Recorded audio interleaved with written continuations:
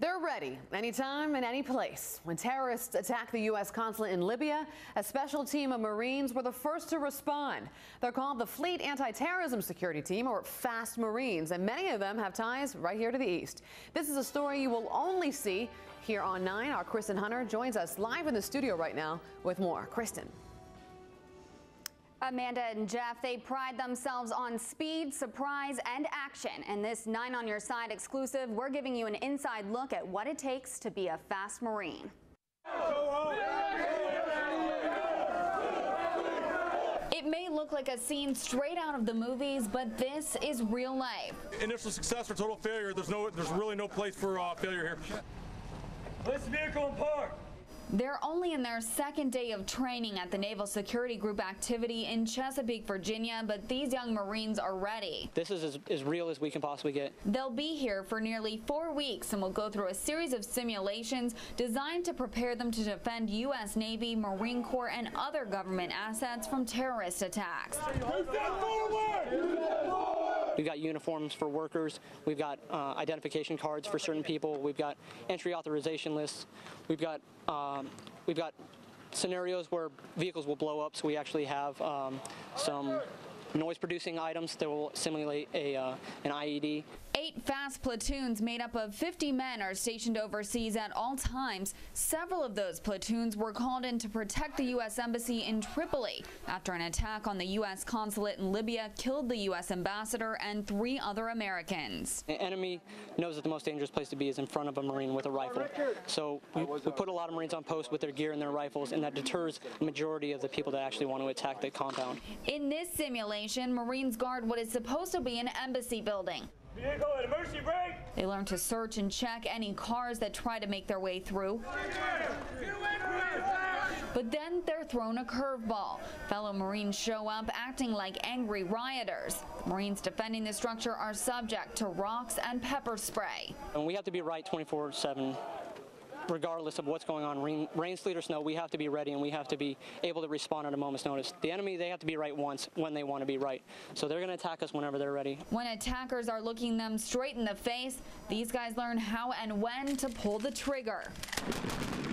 In all reality, it could be a matter of life and death. And they're also skilled in SWAT procedures and trained to handle high-risk and stressful situations. They're going to be going into a very unknown structure, and they've got to be able to differentiate between the enemy combatants and the non-hostile occupants. By doing so, they'll be able to engage their targets properly. Whether it's basic security, experience, marksmanship, or combat, fast Marines are ready. They are United States Marines, but we're asking them to defend an American embassy if need be, and basically the American way of life, and that's what they're trained to do. Anytime, any place. Now, after the Marines complete the fast training, they'll head to Guantanamo, Cuba, where they'll spend 7 months guarding the U.S. naval base, or they'll go to one of 3 overseas bases in Spain, Bahrain, and Japan. Coming up tonight at 11, we'll show you the kind of dedication it takes to be a fast Marine. KRISTEN Hunter, 9 on Your Side. They're the first responders of the Marine Corps, the Fleet Anti-Terrorism Security Team, or FAST Marines as they're called, and they're trained to react to threats at the drop of a dime. They were there when terrorists attacked the U.S. consulate in Libya, and tonight we're getting an exclusive look at how they prepare for the worst. It's a story you will only see right here on 9. Our KRISTEN Hunter reports more.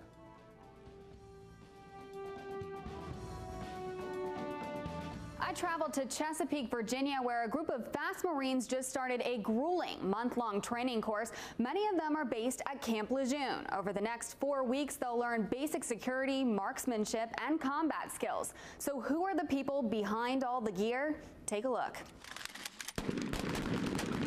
Fast training is not for the physically Get this weapon back in the fight! Let's go! Hurry up! Look what you just did! or emotionally weak. Over the next month, these Marines will go through a series of training missions and simulations. This is as real as we can possibly get.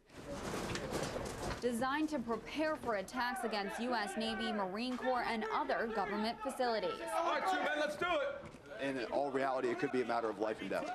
I mean, they are United States Marines, but we're asking them to defend an American embassy if need be, and basically the American way of life, and that's what they're trained to do. Most of them are just 18 and 19 years old. Place vehicle in park.